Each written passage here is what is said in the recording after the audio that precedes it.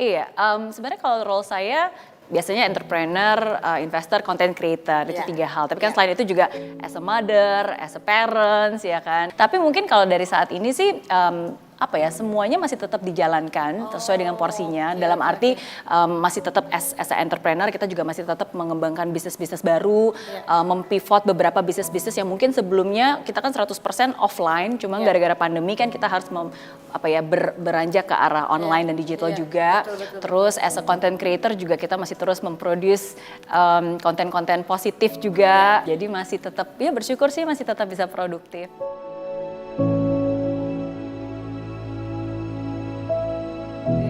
Sebenarnya wanita sejuta dolar itu saya bisa bilang kisah lama ya, karena kan itu udah terjadi dari sejak berapa tuh, berarti usia saya 26 tahun, bersyukur bisa dapat 1 juta dolar pertama di usia 26 tahun. Jadi pada satu pencapaian yang di Singapura, dan karena hal itu cukup diingat oleh banyak orang, dan akhirnya itu juga yang selalu terbawa sampai hari ini gitu. Jadi makanya kalau ingat Mary Riana ingatnya si wanita sejuta dolar gitu.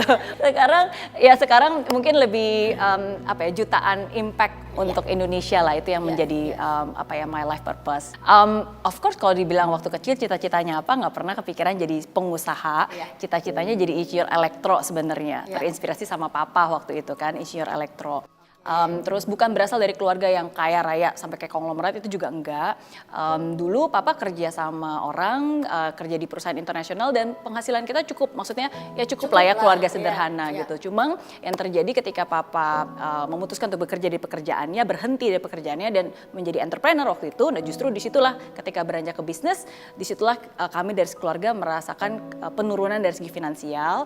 Terus ditambah ada kerusuhan, ditambah ada krismon, jadi ada banyak hal yang terjadi. Dan nggak pernah kepikiran bakalan sekolah di luar negeri, nggak pernah kepikiran bakalan punya bisnis sendiri, apalagi punya bisnis di luar negeri gitu.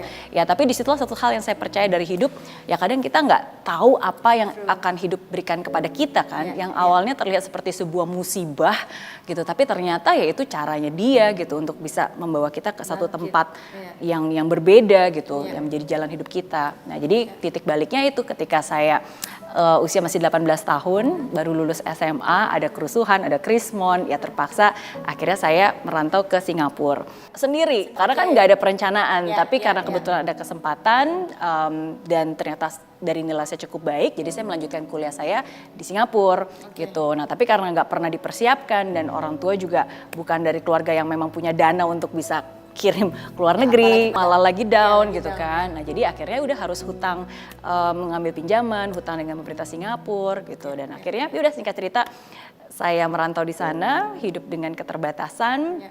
Dan ya disitulah saya memulai perjalanan mimpi 1 juta dolar saya, yang pada saat itu awalnya saya nggak tahu harus ngapain, nggak tahu harus mulai di mana. Yang awalnya mungkin saya merasa berkekurangan, nggak bisa bahasa Inggris, ya kan, uang juga kurang, penampilan juga kurang, kepercayaan diri juga kurang kayak saat itu gitu kan. Dan pada saat itu juga lebih sering menyalahkan keadaan gitu. Namanya juga anak remaja masih labil, tiba-tiba sendiri kan.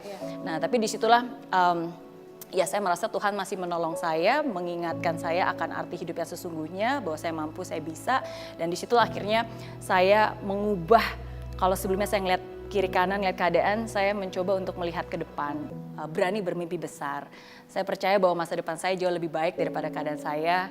Saya percaya bahwa nasib saya bisa saya rubah gitu. Saya percaya bahwa sekarang saya bukan siapa-siapa, tapi Tuhan pasti menciptakan saya bukan sampah kan, pasti ada sesuatu yang bisa saya maksimalkan gitu.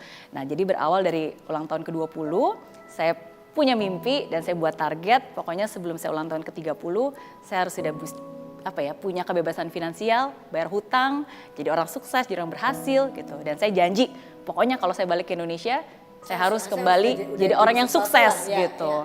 Ya udah berawal dari mimpi itulah, tapi ternyata mimpi itulah yang menyelamatkan hidup saya, mimpi itulah yang memberikan saya kekuatan, mimpi itulah yang memberikan saya harapan, dan mimpi itulah yang akhirnya sungguh-sungguh bisa menjadi kenyataan dalam hidup saya, gitu.